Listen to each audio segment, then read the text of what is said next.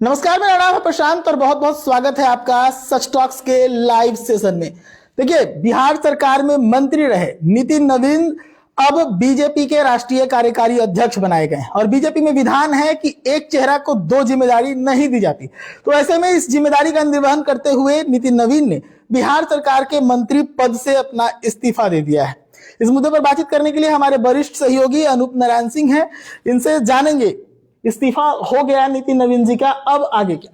देखिए, नितिन नवीन के इस्तीफे को दूसरे परिप्रेक्ष्य में समझना होगा। नितिन नवीन किसी दबाव में उन्होंने इस्तीफा नहीं दिया है। बिहार मंत्रिमंडल में नितिन नवीन दो विभागों को संभाल रहे थे, नगर आवास विभाग और पथ निर्माण।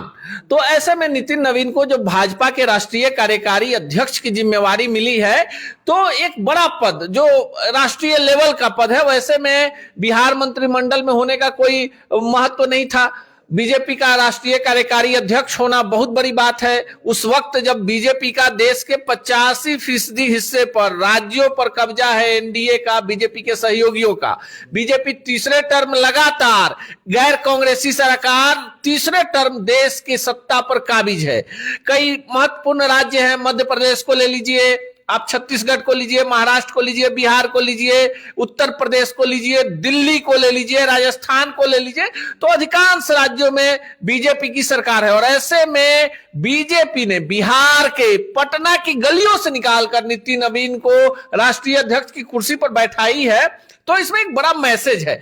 अभी तक बीजेपी में जो राष्ट्रीय अध्यक्ष का चयन होता था उसमें संघ का प्रभाव दिखता था, लेकिन नितिन नवीन का चयन हुआ, इसमें अमित शाह और नरेंद्र भाई मोदी का प्रभाव दिख रहा है कि युवाओं को बड़ी भागीदारी देनी। अभी तक आप देखिए, रिकॉर्ड देख लीजिए, जितने भी लोग राष्ट्रीय अध्यक्ष बने हैं उनका उम्र देखिए, उनका तजुर्बा देखिए। उनके सामने नितिन नवीन जो है 2006 में सक्रिय राजनीति में आए। उनके पिता नवीन किशोर सिन्हा पटना पश्चिम से विधायक थे। चुनाव हुआ, नीतीश कुमार मुख्यमंत्री बने और उसके 3 महीने के अंदर ही नवीन किशोर प्रसाद सिन्हा का हार्ट अटैक से निधन हो गया। तो पिता की सहानुभूति, मौत के बाद की सहानुभूति और विरासत को संभालने के लिए नितिन नवीन को टिकट दिया गया। नितिन नवीन 2006 में चुनाव जीते, 2010 में परिसीमन हो गया और पटना पश्चिम जो था वो बांकीपुर हो गया। अब आपको प्रशांत बताएं कि 2010 से पहले जो पटना पश्चिम था, बिहार का सबसे बड़ा विधानसभा क्षेत्र जनसंख्या के दृष्टिकोण से होता था, जिसमें 2 विधानसभा आसानी से आ जाते। बाद में जब परिसीमन हुआ तो इसके कुछ पार्ट को काट के दीघा बना दिया गया। दीघा पहले विधानसभा नहीं था, वो पटना पश्चिम का ही हिस्सा था।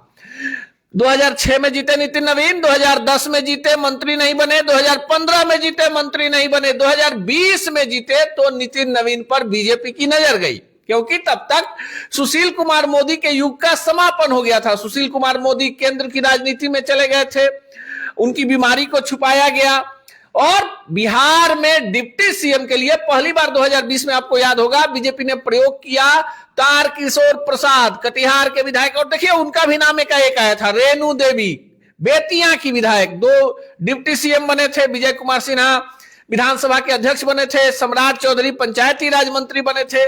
बाद में नीतीश कुमार का मन डोल गया, मन डोला तो सरकार बदल गई, बीजेपी विपक्ष में आ गई। और एक वीडियो भी नितिन नवीन का वायरल हो रहा है, जब वो विपक्ष में आए और नीतीश कुमार सदन के नेता थे तो किसी सवाल पर टोका टोकी हुई तो नीतीश कुमार ने तल्ख लहजे में कहा कि राजनीति तुम्हारे पिता को मैंने सिखाई है।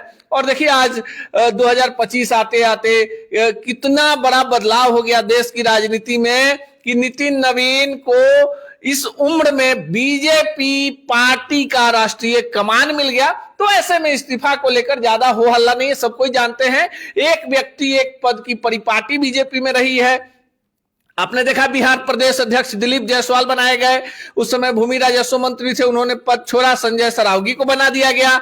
इस बार उद्योग मंत्री बने तो प्रदेश अध्यक्ष का पद छोड़ दिया तो संजय सरावगी को प्रदेश अध्यक्ष बना दिया गया। तो बीजेपी में ऐसी परिपाटी रही है, सिवाय इसके कि बीजेपी हमेशा जब निर्णय लेती है तो किसी को पता नहीं होता है। आपने देखा, छत्तीसगढ़ में मुख्यमंत्री का चयन हो, मध्य प्रदेश में मुख्यमंत्री का चयन हो, दिल्ली में मुख्यमंत्री का चयन हो, राजस्थान में हो, लेकिन बिहार में यही फॉर्मूला आके इस बार थोड़ा सा बीजेपी का फंसा कि सम्राट चौधरी और विजय सिन्हा इनको रिपीट किया गया। बीजेपी रिपीट नहीं करती है किसी को, बीजेपी हमेशा नए लोगों को मौका देती है। तो देखिए इस बार नितिन नवीन को बिहार से सीधे पार्टी का राष्ट्रीय कार्यकारी अध्यक्ष बनाकर एक बड़ा मैसेज दिया गया है कि बीजेपी जो है अब युवाओं के नेतृत्व में काम करेगी। और ये युवा चेहरा बिहार से निकला है नितिन नवीन। नितिन नवीन का जातीय समीकरण ऐसा नहीं, बिहार में मात्र 2 ही कायस्थ विधायक, नितिन नवीन, समृद्ध वर्मा। समृद्ध वर्मा बीजेपी के युवा मोर्चा में थे, सीट चली गई जदयू के पास और वहां से सेटलमेंट करके जदयू के सिंबल पर समृद्ध वर्मा को लड़ाया गया। तो ऐसे में नितिन नवीन ने इस्तीफा दिया है तो बिहार मंत्रिमंडल में एक कायस्थ का कोटा बनता है। क्योंकि कायस्थों के तरफ से, कायस्थ जो है पटना में, आपको मोतिहारी में, बेतिया में, मुजफ्फरपुर में, गया में कई जगह पर मजबूत स्थिति में है, फैक्टर है, किंग मेकर की भूमिका में है और बीजेपी का कैडर वोट रहा है।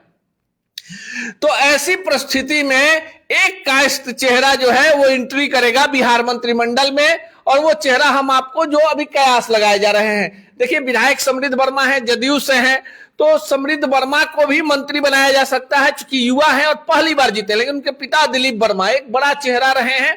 लेकिन जो बीजेपी के अंदर खाने में खबर है कि बीजेपी के तरफ से संजय मयूख, एक साफ सुथरा निर्विवाद चेहरा, दूसरे टर्म बिहार से एमएलसी, पार्टी के राष्ट्रीय प्रवक्ता, तो कहीं ना कहीं संजय मयूख को बिहार मंत्रिमंडल में खरवास के बाद एंट्री मिलेगी और हाई प्रोफाइल डिपार्टमेंट मिलेगा। ऐसी चर्चा बिहार के पॉलिटिकल गैलरी में शुरू हो गई है। हाई प्रोफाइल डिपार्टमेंट मिलेगा, इसकी चर्चा शुरू हो गई है। और कोई नाम है जिसका लगता है कि उसकी संभावनाएं बनती? नहीं, उसके बाद तो कोई बचता नहीं है। क्योंकि हमने आपको पहले कहा कि कायस्थों की तादाद बिहार के नए जातीय जनगणना के हिसाब से 0.50%। 2 विधायक समृद्ध वर्मा और नितिन नवीन राष्ट्रीय कार्यकारी अध्यक्ष बन गए, तो बच गए समृद्ध वर्मा। समृद्ध वर्मा पहली बार जीते, वो भी जदयू कोटे से जीते हैं। अब देखिए रणवीर नंदन एमएलसी थे, वरिष्ठ हैं, इस बार उन्हें एमएलसी जदयू ने नहीं बनाया। अभी बिहार राज्य धार्मिक न्यास बोर्ड जो होता है उसके चेयरमैन हैं। तो अब चूंकि वो रणवीर नंदन जो हैं उनको लेकर अभी बहुत किंतु परंतु है, किसी सदन में नहीं है, तो इसलिए कोई बड़ा रिस्क भी नहीं उठाना चाहती। भविष्य की राजनीति भी देखिए तो आरके सिन्हा पूर्व राज्यसभा सांसद के बेटे हैं, ऋतुराज सिन्हा, उनकी एक संभावना है। लेकिन ऋतुराज सिन्हा किसी सदन के सदस्य नहीं है। नितिन नवीन का बड़ा चेहरा हो गया है। तो ऐसे में नितिन नवीन को लेकर अभी राजनीति में बहुत कुछ होने वाला है। बिहार में ही नहीं, अब राष्ट्रीय फलक पर नितिन नवीन एक स्थापित चेहरा हो गए और नितिन नवीन के पास संगठन चलाने की क्षमता है। छत्तीसगढ़ में उन्होंने दिखाया कि भले उम्र कम है लेकिन बीजेपी की पाठशाला से निकले हैं, इसलिए उनको पता है कि कार्यकर्ताओं के साथ कैसे सामंजस्य बैठा के काम करना है।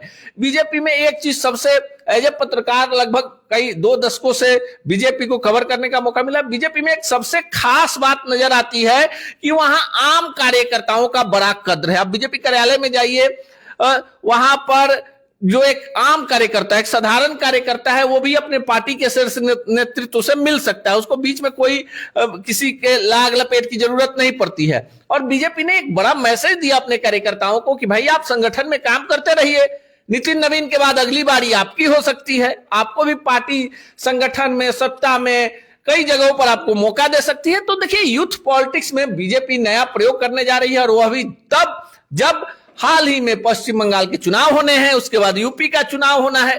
तो एक बड़ा, एक स्क्रिप्टेड इस कहानी को कहेंगे कि बीजेपी एक बड़ा मैसेज देना चाहती है कि बीजेपी जो है अब 60 के पाठा नहीं, अब 40 के लगभग वाले लोगों पर, ज्यादा तजुर्बेकार लोग जो हैं उन पर भरोसा कर रही है।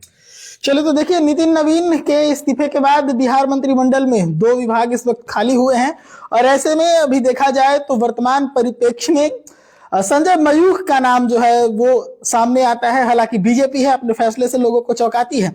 इस पूरे मामले पर नजर बनाए हुए हैं, हर अपडेट से आपको रूबरू कराएंगे। देखते रहिए सच टॉक्स।